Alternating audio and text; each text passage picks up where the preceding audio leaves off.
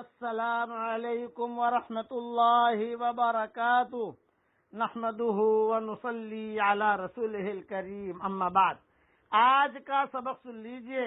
آج کے سبق کی سرخی ہے حضور صلی اللہ علیہ وسلم کی سیرت پارٹ 52.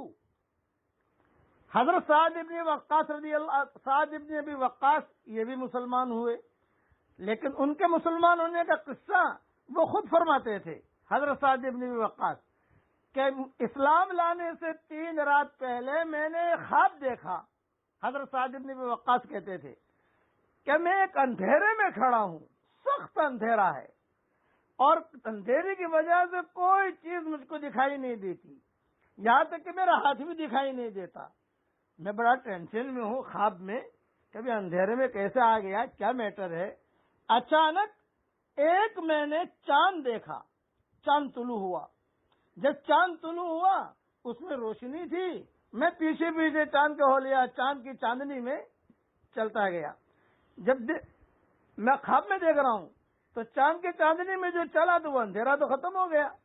تو دیکھا کہ اس چاندنی میں زید ابن حارثہ بھی ہیں، حضرت علی بھی ہیں، حضرت ابوبکر بھی ہیں، حضرت خدیجہ بھی ہیں، سارے کے سارے ہیں، حضرت طلحہ بھی ہیں. یہ سارے کے سارے جن کو میں پہچانتا تھا اور سب سے یارانہ بھی تھا مکہ مکرمہ میں. اور یہ لوگ مجھ سے پہلے اس نور کی طرف سبقت کر چکے ہیں. یہ میں نے دیکھا. اب جب میں نے یہ دیکھا تو میں کس سے بات کروں؟ تو آپ صلی اللہ علیہ وسلم کی خدمت میں حاضر ہوا اور میں نے خود حضور صلی اللہ علیہ وسلم سے پوچھا، کیونکہ حضور صلی اللہ علیہ وسلم کے قریبی رشتہ داروں میں تھے یہ حضرت سعد بن ابی وقاص، اقرب ترین رشتہ داروں میں.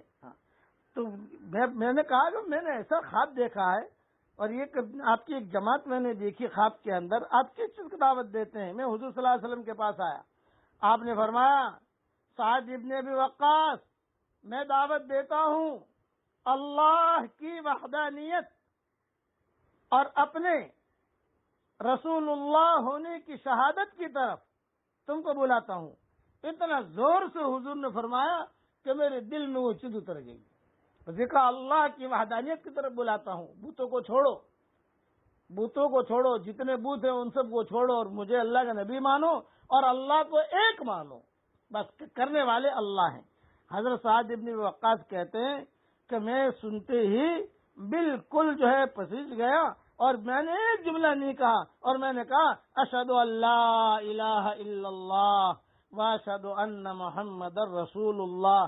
یہی جملہ کہا. جب یہ جملہ کہا تو حضور صلی اللہ علیہ وسلم بہت خوش ہو گئے. یہ روایت بھی ابن ابی دنیا نے اور ابن عساکر نے نقل کی ہے.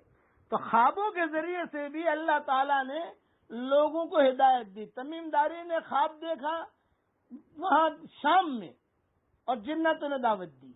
اسی طریقے سے سواد ابن اقارب یہ ہندوستان میں تھے اور ہندوستان میں کے جناتوں نے دعوت دی. حضور صلی اللہ علیہ وسلم سے کہا کہ حضرت میں ہندوستان میں تھا.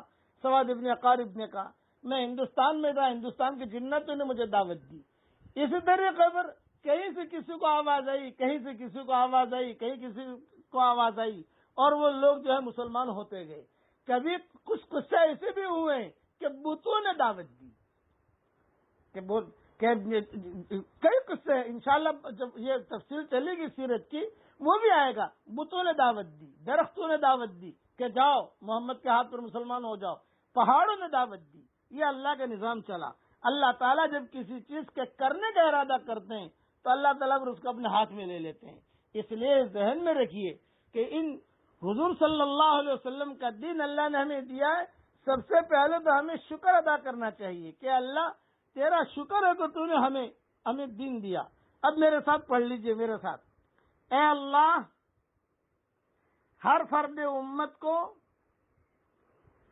سنت والی زندگی پر قائم فرما. اے اللہ ہیرا پھیری والی زندگی سے ہماری حفاظت فرما. ہمارا دین آج کل ہیرا پھیری والا ہے. بس اس ہیرا پھیری والے دین سے ہمیں بچنا چاہیے. حقیقی دین پیدا کیجئے. اے اللہ ہمارے دل کی کھڑکیوں کو کھول دے. اے اللہ ہمارے دین کے سورج کو عروج نصیب فرما۔ اے اللہ، سارے دروازے اس امت کے لیے بند ہو چکے ہیں، صرف آپ کا دروازہ کھلا ہوا ہے، ہم پر رحم اور کرم فرما، آمین۔ اور یہ بھی پڑھ لیجئے میرے ساتھ، سبحان اللہ و بحمدہ، سبحان اللہ العظیم۔ یہ جملہ اٹھتے بیٹھتے پڑھتے رہو، اس میں حضور صلی اللہ علیہ وسلم کی زبان کا نور ہے، حضور کے منہ کا نور ہے، اور اللہ کو بہت پسند ہے۔ اللہ تعالی ہم سب سے راضی ہو جائے، آمین۔ بقیہ تفصیل انشاءاللہ کل پوری کروں گا۔